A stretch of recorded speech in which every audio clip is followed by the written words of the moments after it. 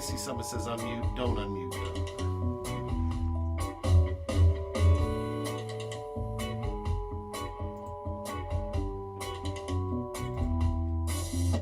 Welcome to Did You Know podcast, your host, Richard Utley, dedicated to the African American viewers. The program is aimed to celebrate African American culture and deal with the real and relevant topics that impact the everyday lives of the African American community through frank and insightful dialogue with local and national influencers. Every day, there is another horrible, discouraging news story, directly or indirectly, impacting African Americans. But we need to look at the shining stars in the galaxy of Black America. It is time to tell our story. Hi, good evening. I am not Richard Utley, obviously. Richard could not be here tonight, and he asked me to sit in for him. He's out of town. And so let me introduce myself. My name is Joe Powers.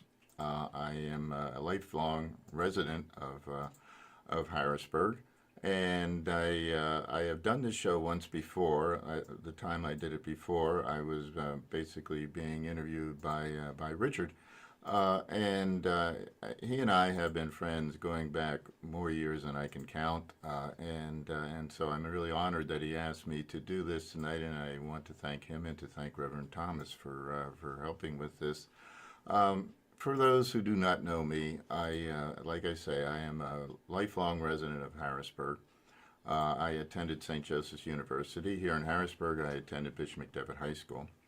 And my kids have been raised here. Both of them went through local schools and Pennsylvania colleges, Penn State and Temple. And I got into politics when I was very young. One of the first elections I was involved in, my brother dragged me in to help in the campaign office. It was a woman named Genevieve Blatt who was running for the U.S. Senate in 1964. She was a remarkable woman, and she came within 1 percentage point of being elected, the first woman in the history of Pennsylvania to the United States Senate. As I say, she lost by 1 percentage point. In 2016, I helped another woman running for the U.S. Senate, and she was another remarkable woman named Katie McGinty. And she came within 1 percentage point of being the first woman ever elected to the United States Senate from the state of Pennsylvania.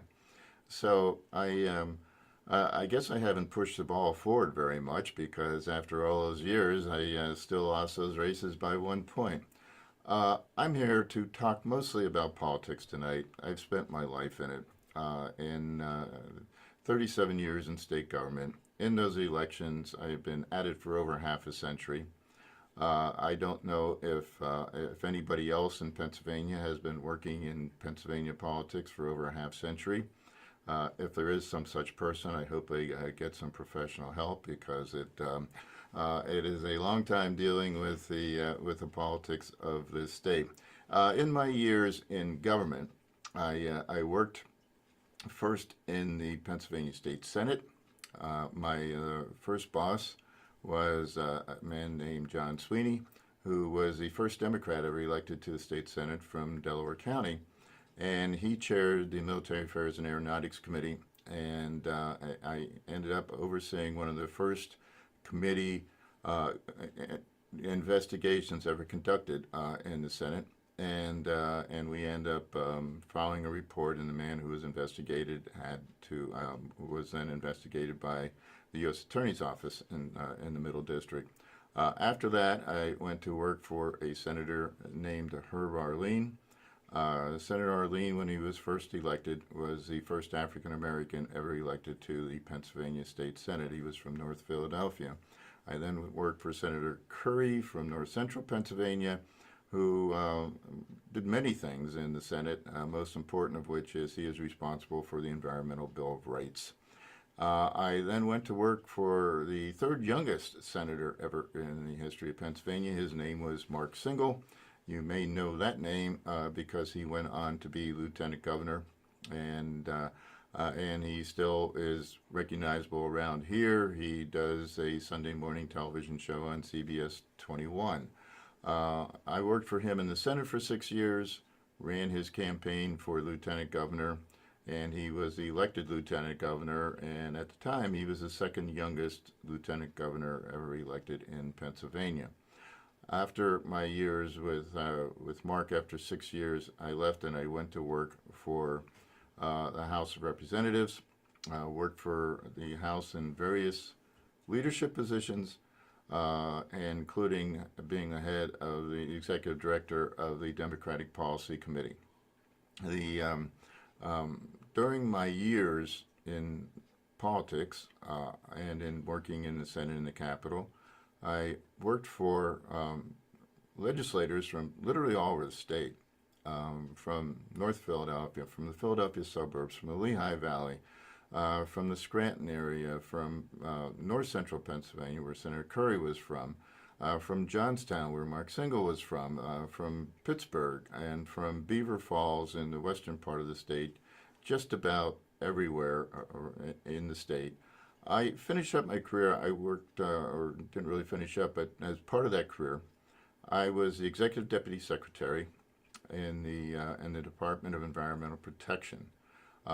Working there, I worked for Katie McGinty. I was the executive deputy secretary, and the Department of Environmental Protection gets involved in many more things than you would think. Obviously, flood protection, landfills, the utilities. I have been in all 5 of the nuclear facilities here in Pennsylvania, and have done. And they do other things you wouldn't think of, like handling explosives, fireworks, and things like that. It's just a fascinating department, and it was a lot of work, an awful lot of work, and I came to have an admiration and respect for the people that work there, which gets me to, and I should say, by the way, I ended up being the acting secretary, a cabinet position, when Katie decided to leave. Working in Department of Environmental Protection, working in the Lieutenant Governor's office, gave me a real respect for the people who work in positions like environmental protection and emergency response. The Lieutenant Governor in Pennsylvania's system heads the Pennsylvania Emergency Management Agency Council, and so there oversees PEMA, the Pennsylvania Emergency Management Agency. And I spent quite a bit of time in their headquarters. I spent a lot of time there working with them on site, spent time working with the workers at PEMA on in terms of dealing with emergency response and working through exercises that took place in the PEMA headquarters and the PEMA control room.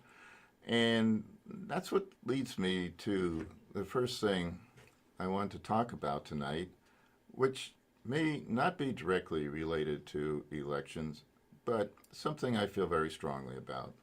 Many of you have been watching, I believe, the hurricanes and the destruction that they carried out in Florida, the most recent hurricanes in Florida, and particularly in North Carolina. And I also know we have friends and we have relatives in Florida and the Western Florida. And so watching what happened with Helene and watching what happened with Milton. And I am just dumbfounded and other ways frustrated over some of the things I'm watching there. Those workers, they really have difficult jobs. They are exhausting. I watch PEMA workers work beyond exhaustion at times and still kept going because it was their job. And you may not know this. This program is called Did You Know? So I guess I'll ask, did you know that Pennsylvania actually had an indirect role in the creation of FEMA?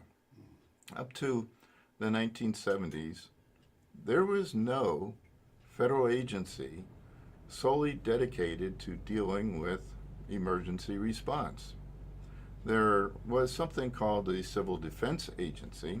It was kind of a carryover from World War II. Harrisburg residents of a certain age will remember Saturdays at noon the siren would go off, and that was to test the sirens in case of any kind of attack on the United States. Those of a particularly older age remember the Civil Defense organized the exercises that we all went through in school when we were instructed to get on the floor and put our heads between our knees to protect ourselves against nuclear warfare. It seems kind of silly when we talk about it these days, but that was basically all done by the Civil Defense Agency. In the 1970s, there were a series of disasters, and the response to them was clearly not good enough. And I think everybody began to understand that we had to do something different. One of those disasters, one of those natural disasters, was really focused right here in central Pennsylvania, and it was Tropical Storm Agnes. The storm just stopped over central Pennsylvania and Susquehanna Valley, and there was a deluge that lasted several days.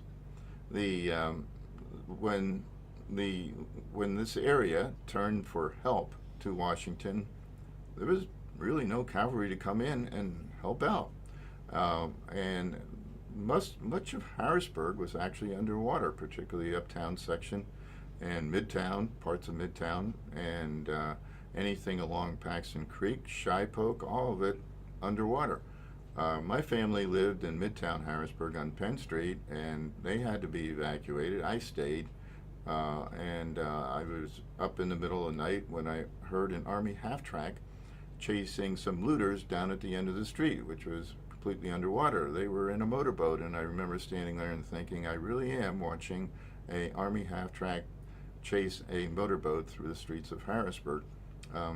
But there was nobody to send out to help with the cleanup, with dealing with the people who were in such desperate need of help, to the point that the Lieutenant Governor at the time, Ernie Klein, told his staff and the Senate leadership staff to go up to various sites along the Susquehanna River and basically help them out. And they did, and I got to know several of them later. This all happened a little bit before I joined the Senate staff. And I remember one of them telling me, I forget what town he was sent to, but he walked in there and the mayor said, "There's somebody from Harrisburg, finally," and he left my friend in charge. And he had absolutely no experience in dealing with disaster response and or emergency response, nothing. And he did the best that he could. Sometimes he said he didn't even know if the things he was doing were legal, but he didn't have any choice. There were people desperate for any kind of help, and he did it. But Lieutenant Governor Klein and Governor Schaap and many others came away from this whole experience saying, this can't go on like this. And so they petitioned President Carter at the time and said, we have to have a new agency. And other states were going through the same thing and saying to the president, we need a new agency. And so FEMA was created, partially as a result of what happened right here in central Pennsylvania. I've watched it evolve over the years. It has gotten better and better. There are professionals who run that agency now. That wasn't always true. You may recall Hurricane Katrina, when at the time the director of FEMA had previously been a lobbyist for the Arab Horse Association. Clearly not qualified to do his job. We have professionals out there right now. In North Carolina, they have now been physically, they have been contacted by people who have threatened them. They've been physically threatened, and they are at the point, because of things that are being said by some of our elected officials and by things that are appearing on social media, they are at the point where they can no longer go out and talk to people in their houses because of all the threats that have been imposed upon them. There are things going out there like that anybody that gets financial help from FEMA will lose their house because they're going to mine for lithium in that area. There is no lithium in that area. And this has gone on for some time now, and it culminated yesterday in what really set me off when some Pima workers were threatened by a man with an assault weapon. And so now they can no longer go out and be with the people and doing their jobs. They're sitting in an office that they have leased for the time being. And all of it because of certain politicians who want to score political points, I guess, and by people on social media and some cable networks. This is not right, and it's become a pattern that we've watched far too often recently. We have watched election workers being threatened. We have watched the people who run the election statewide being threatened, and I have watched people who work for the environment being threatened. We cannot go on like this. We cannot sustain this and continue to be a great nation. Great nations just don't do this. Far too often we have had our institutions in recent years slandered, and it really has to stop. The reason this might affect the elections is that Florida and North Carolina are two of the most important states that we have in terms of the election system. And to have a situation where, particularly in North Carolina, some people will not be able to vote. They just won't be able to get to the polling places. And to have the situation that we have now with the threats being made, the cleanup, the getting people back on their feet, it will be delayed. And it just is something that we should not tolerate. So let's talk about elections. It is coming up. And Election Day, in case somehow you have missed it, is November the 5th, the first Tuesday after the first Monday in November. Now, all of us know that is when the election takes place. I don't know how many people know how we got to this point. In the beginning of this country, the election day was different in every state, and it got very confusing. And so Congress decided that they had to set up a particular day, and they chose November because you have to remember this was a very agrarian society here in Pennsylvania. Most people, or in the country, most people were farmers. And so they did not want a month that interfered with planting or harvesting, and they did not want a month that was in the winter because voters would have to travel great distances. So they picked November. And then they decided to what day it should be. And they couldn't do the weekends because church service often took place over 2 days, and to Sunday and sometimes over into Monday. And Saturday was market day, so they couldn't do that. People had to travel to market and back, so they picked a Tuesday. But they didn't want the Tuesday to ever be the same as All Saints Day, a holiday that was observed by many Christian churches in that era. And so they decided to make it the first Tuesday after the first Monday, so it would never be November the 1st, All Saints Day. So we have this year's election coming up, and it will be on, as I say, November the 5th. And it is really important for you to vote. There are people who have fought in wars for the right to vote. There are people who have marched for the right to vote. The Voting Rights Act in 1965, which was passed in Congress after a great deal of courage showed by an awful lot of people. You may remember the Pettus Bridge in Selma, Alabama, and the people who were assaulted on that bridge. And it led to, finally, the passage of that Voting Rights Act. And we today may not even remember how consequential that was. In the state of Mississippi, the percentage of eligible black voters went from 7% to 70% in 2 years. In the year after the passage of that act, 250,000 African Americans nationally signed up to register to vote. It was a turning point in this country, and one I don't think is observed often enough.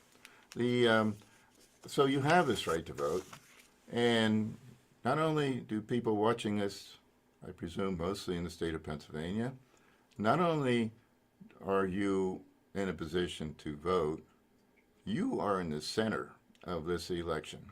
Pennsylvania, by anybody's consideration, is the pivot state here in this country. We have an anachronism called the Electoral College. It's an artifact from the 19th century. It was kind of agreed to as a part of whole series of compromises during the Constitutional Convention that was argued about and signed 100 miles from here in Philadelphia. There were a whole lot of compromises that needed to be done. The Electoral College came about in order to placate the smaller states in the new Union and the slave states. And that's why we have the Electoral College. There's a lot of confusion about how it all works, but each state gets 2 votes for because of their 2 senators. Every state has 2 senators, and then gets a certain number of votes depending upon the size of the state. California has, I don't know, about 39 electoral votes. There are 7 states that only have 3 because they only have 1 congressman. There are states like Wyoming and Delaware that, and the 2 Dakotas, South Dakota and North Dakota, they only have 3 electoral votes. We in Pennsylvania have 19. That's because we have 17 congressmen and we have 2 senators. And the way this works, the way this has evolved over the years, there are only certain states that matter. And a lot of people who are paying attention to politics now, they tend to think, well, this is the way it always worked. Not true.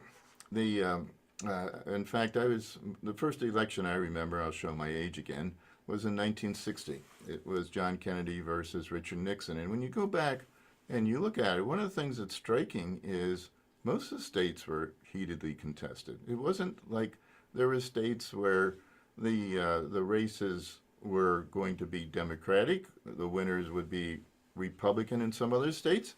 It wasn't like that. And candidates actually, they went out and they campaigned in every state. Richard Nixon in 1960 made it a point to campaign in every single state in the country. But as we have become such a polarized nation, that is simply no longer true. And each cycle, we have a very different set, not always very different set of states that actually matter. And it's because those are the states that are so evenly divided that they win elections. We still have this electoral college thing. And so there are many states, I don't know why they vote. I mean, because they do not affect what's going to happen on election day at all. You know, if you live in Wyoming, for example, you know from the beginning of the year that your state is going to vote Republican. You know from the beginning of the year that your state is going to elect a Republican senator. And you know your 1 congressperson will be a Republican. I literally don't know why they vote. I don't know what they do in Wyoming. I guess herd cattle or something, but maybe they should just stick to that on election day because their votes really don't matter. Pennsylvania is the absolute opposite. We have gone back and forth in our elections. 4 years ago, we voted for Joe Biden. 4 years before that, we voted for Donald Trump. It has been going back and forth in this year, and all the polling is showing that in this state that It is as close as it could possibly be, really within low single digits. And so your votes really do matter. There are dates coming up. The one most important, if you want to register to vote, you have until October the 21st. And if you are not registered right now and you would like to vote and you let those days get away from you, it is all over. There is nothing you can do after October the 21st. And so please, first of all, actually, make sure you are registered if you think you are. There have been a lot of people who have been removed from the polls over the last couple of years. So those of you who think you are registered to vote, please check with your county courthouse. In our unusual system, nobody else has a system of elections like this. The states oversee the elections, and then the counties actually operate the elections. So if you want to see if you are registered to vote, you check with your county courthouse, and there is an office here in Dauphin County that is not in the county courthouse, but the courthouse can inform you where that office is, and you can check with them by phone or online to make sure that you are registered. If you are not, you can go online and you can get the registration form, fill it out, get it in, make sure you are ready to vote on November the 5th. Probably every year since we've had elections, going back to George Washington, people always say, this is the most important election ever. Well, this is the most important election ever this year. I don't know if there's any that's ever been more consequential. Maybe you could argue 1860 with Abraham Lincoln facing off against three other candidates, but this, by any measure, is the most important election any of us will ever live through. We have two presidential candidates that have views on everything. I can't think of anything they agree with. Their views on everything are as different as they could possibly be. So you have to make sure that you are ready to vote. We have had a revolution in how we conduct elections over the last number of years, and still there are people in the media that don't seem to have adjusted to this. Everybody still refers to election day. We don't have election day anymore. We have election month. And there are 13 states in this country that are voting right now. Pennsylvania is one of them. And we have several methods of voting where you do not have to wait until election day. One of those is early voting. And if you would like to vote early, again, you must contact your county courthouse and get a ballot, and then get it in time.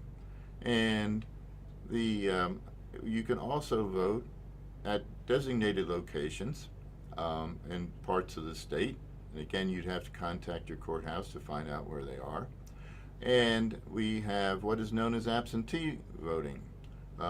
Yes, this is very complicated. It didn't need to be made this complicated, but yes, it is complicated. Absentee voting is a way of voting when you cannot be someplace, be at your home when the election takes place. If you are ill, if you are in the hospital, if you're out of town on business, if you're away at college, you can vote by absentee ballot.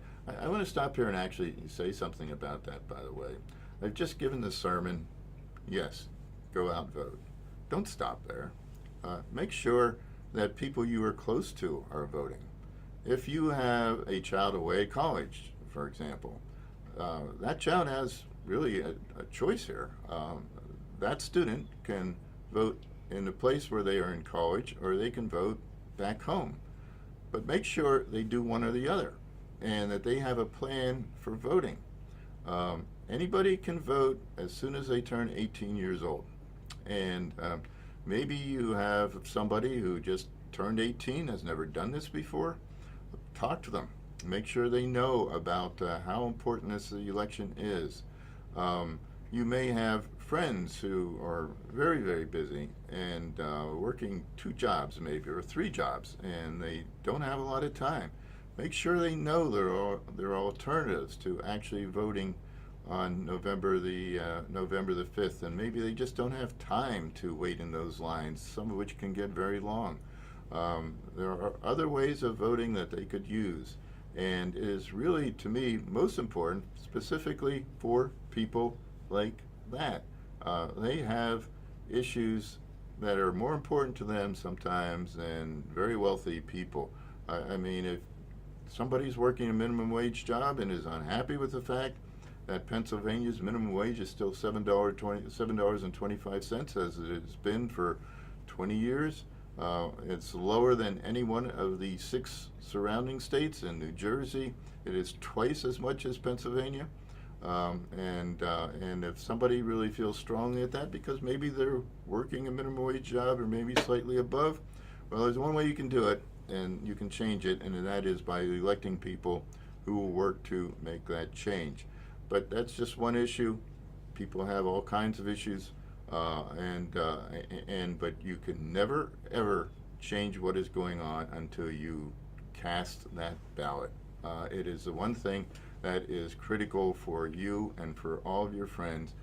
Talk to your kids, talk to your parents, talk to your neighbors, talk to your cousins, talk to your aunt and uncles, and make sure that all of them do not miss this opportunity to vote. It is absolutely critical for them to do that. Early voting is well underway here in Pennsylvania. This program, again, is called Did You Know? Did you know that by the end of this week, about 10% of the voters in Pennsylvania will have already cast their ballot? They are voting all over the state. Every county now has the early ballots out. The counties send them out differently. They have their own schedules. But there are, by the end of the week, like I say, 1 out of 10 people will have already cast their ballot. I'm guessing that about a third of the voters will have cast their ballot before Election Day. And so when you hear these people, they continue to say it, Election Day, no, election month. We're in the middle of it right now. And so make sure you get out and vote. But it's not just the presidency. Yes, it is very important to make a choice between Kamala Harris and Donald Trump. But just the way these things have worked out, we also have one of the most important United States Senate races here in Pennsylvania. It is a race that is, once again, too close to call at this stage. And so you should be, when you are looking over that ballot, make sure that you look at that Senate race also, because it is so important for you not to stop with the top row on that ballot. You know, up until 4 years ago, you could vote by a party line vote. You could just go in and pull one lever and vote for all Democrats or all Republicans. You can no longer do that in Pennsylvania. And so it is important that you study about all of the candidates on the ballot, and start with that Senate race because it is so important. But don't stop there. The congressional race. We in this district have a very heatedly contested race between the longtime incumbent Scott Perry and his opponent Janelle Stelson, a name that many of you probably recognize now because you see it on your television screens constantly. But you have seen her on television for a long time because she was a newscaster for Channel 8 in Lancaster. And that has become one of the now most closely watched races in the entire country. There's a little thing here that you may not be aware of. It's not just this doesn't just matter in terms of who is elected in that race. It doesn't just matter in terms of who will win the control of the House of Representatives, although those two things are certainly very critical.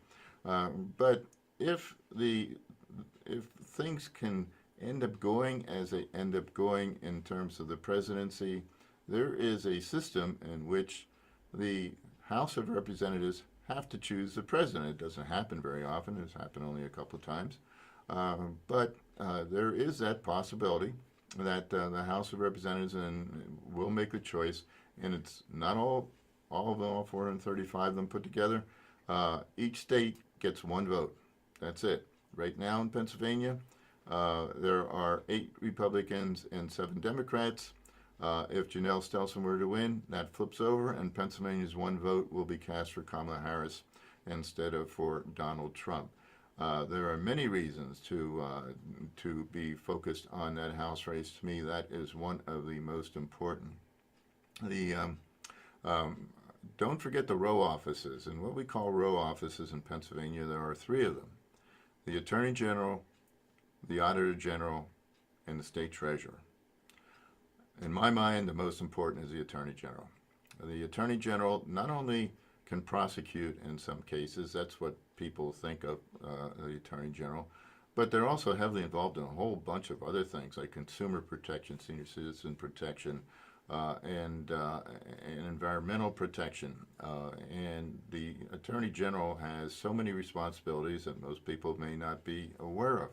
The Attorney General might be involved in deciding who's the next president.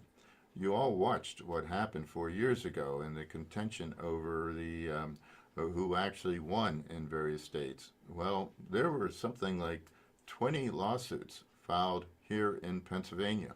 It's the Attorney General who argues those lawsuits. It's the Attorney General who decides whether to argue those lawsuits.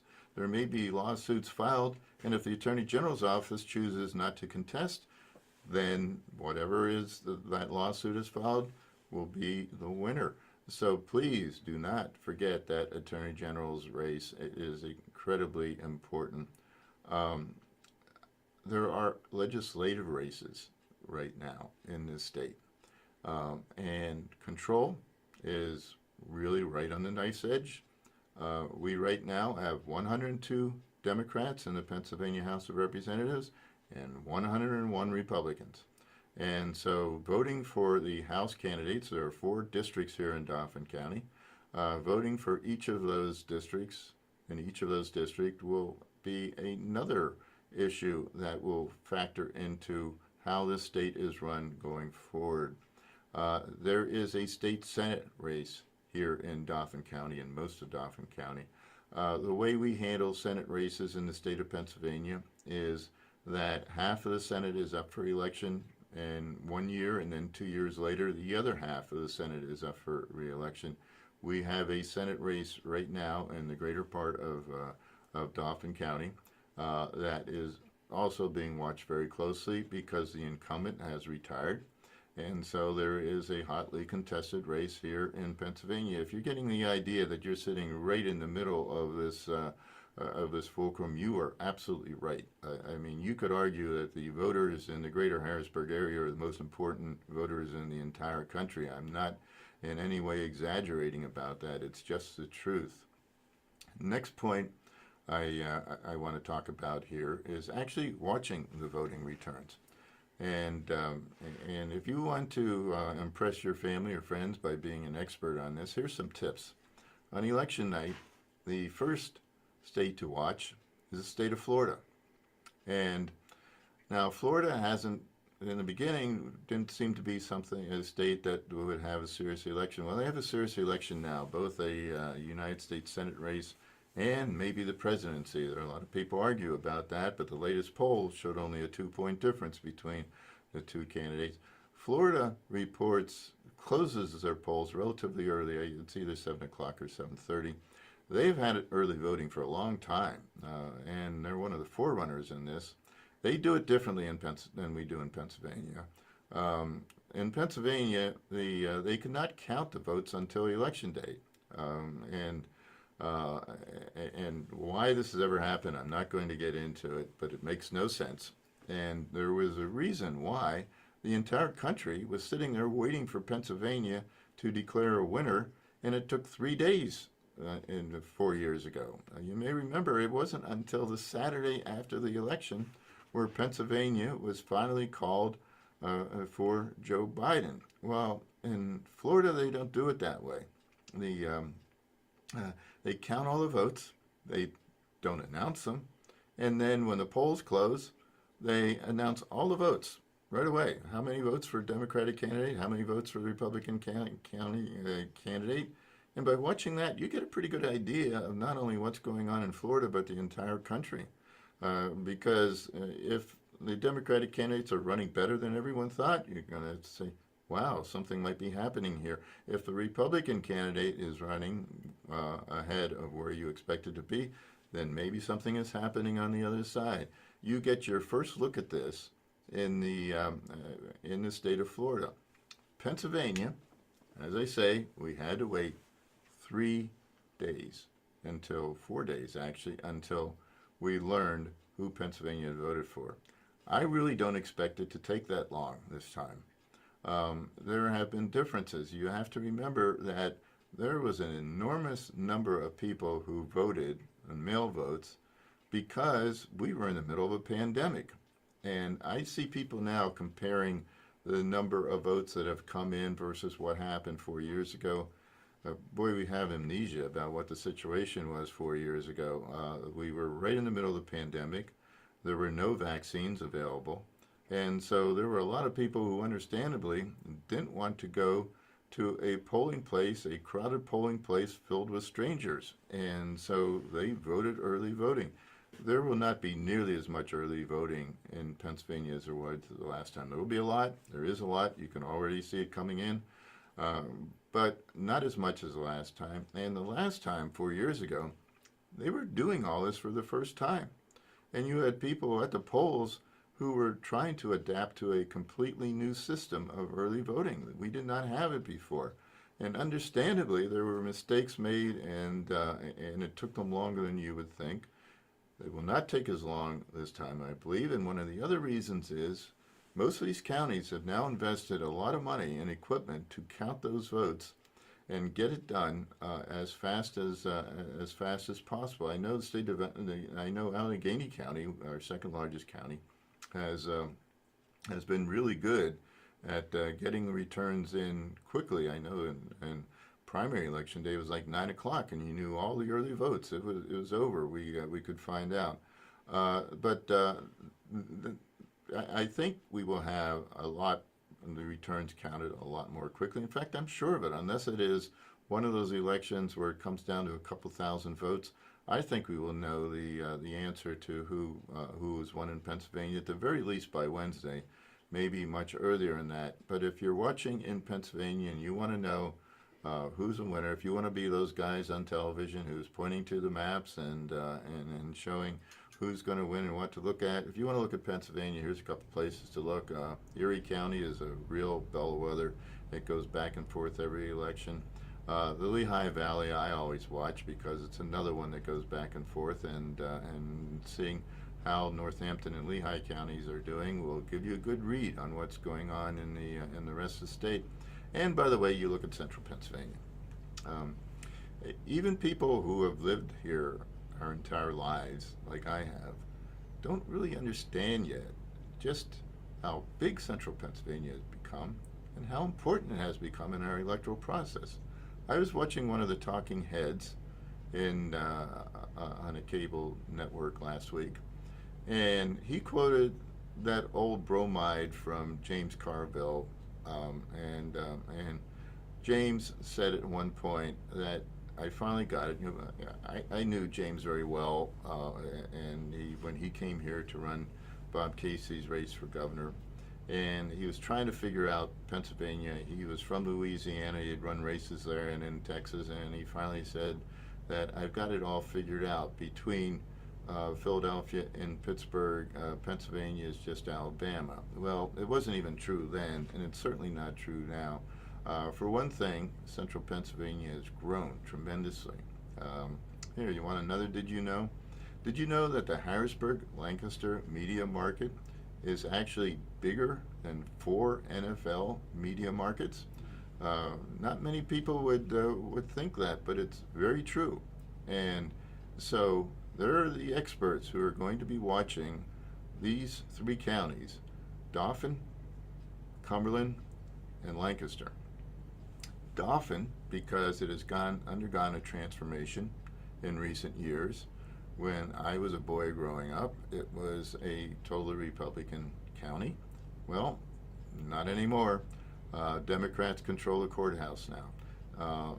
Democratic candidates like Tom Wolf was elected twice with returns from Dauphin County. Bob Casey, the senator, has won Dauphin County by I think 5 times now. You go all the way to Josh Shapiro has won Dauphin County twice, and this has been growing and growing and growing over the years. Each cycle, Dauphin County tends to be more Democratic. So people will be watching this to see if that trend continues, and it's pretty safe guess that Dauphin County will elect Kamala Harris. It's going to be a question of how much and how well it compares to Joe Biden's election 4 years ago. Cumberland County is another county that has been trending Democratic. It will not vote for Kamala Harris this election, and this is a great surprise. But the experts will be watching to compare it to Joe Biden in Lancaster County, which at one point was the most Republican county in the entire country, has been trending Democratic. If you've been downtown Lancaster lately, parts of it seem like you're in Center City, Philadelphia. It has been urbanizing. Those 3 counties will be watching very close, and for those watching television here in Harrisburg, it's going to be easy for you to follow it, because you're going to watch the scroll across the bottom of your screen, and you're going to see those numbers from Cumberland and from Dauphin and from Lancaster. I'll even throw in Lebanon and Perry and other counties in this area, Adams and Franklin, and so you can see how things are going, and from there kind of project how things are going to be going across the state. All right, so let's get back to the most important thing here, and that is vote. If you're confused by it, there is a website. It is called votes.pa.com. You can go on there and you can get instructions about how the election is going to take place, what's going to happen, or how you register to vote, how you vote by any one of the 4 methods that I just talked about, and you will see how to do it. Make sure you do it. Make sure you talk to everybody. Make sure that you get your registration in, and make sure you get your ballots in. I have been watching elections, like I say, for my entire life. We have a very much different electorate, a very different system than when I was a boy. That first election, 1960, I was a nerd even then. I sat up watching the returns. I was fascinated, and I should probably explain that my grandfather was a ward leader in the Hunting Park section of North Philadelphia. My father was a ward leader in the 6th Ward in Harrisburg, and and later in the 1st Ward in Susquehanna Township. He had me out there doing lit drops when I was like 13 years old for a man named Jack Lynch, who was running for mayor of Harrisburg. And so I have been watching this for a very long time and watched the differences in this country. For example, I could not vote until I was 21 years old, because that was the law until 1973 or 1972 or 73. Many voters in this country could not vote. Not many voters, many people in this country could not vote. And that changed with the Voting Rights Act. In 1960 again, that election that I watched, the percentage of white voters was 96%. 96% of the voters were white. In this most recent cycle, 27% of the voters were non-white. That is a critical difference that has occurred, and a lot of people fought very hard, took great risks in order to make it happen. And so I will get back to what I started with. This is, by any calculation, the most important election in our nation's history, and the most important state and the most important election is the state of Pennsylvania, and to me, one of the most important sections of the most important state in the most important election in this country is the immediate Harrisburg area. You are superstars right now. Everybody wants to be your friend. Fine, be their friends, but also do what you need to do in order to be able to participate in this democratic process. With that, I want to wrap it up. I really want to thank Richard Utley for giving me the opportunity to do this. I've enjoyed it. And I want to thank Reverend Thomas for hosting this thing, and thank all of you for watching. Thank you for joining the Richard Utley Show on The Voice 17104. We will be here on The Voice 17104 every first and third Tuesday from 6:30 p.m. to 7:30 p.m. Once again, thanks for viewing. Remember to visit us on Facebook at Richard Utley, and we welcome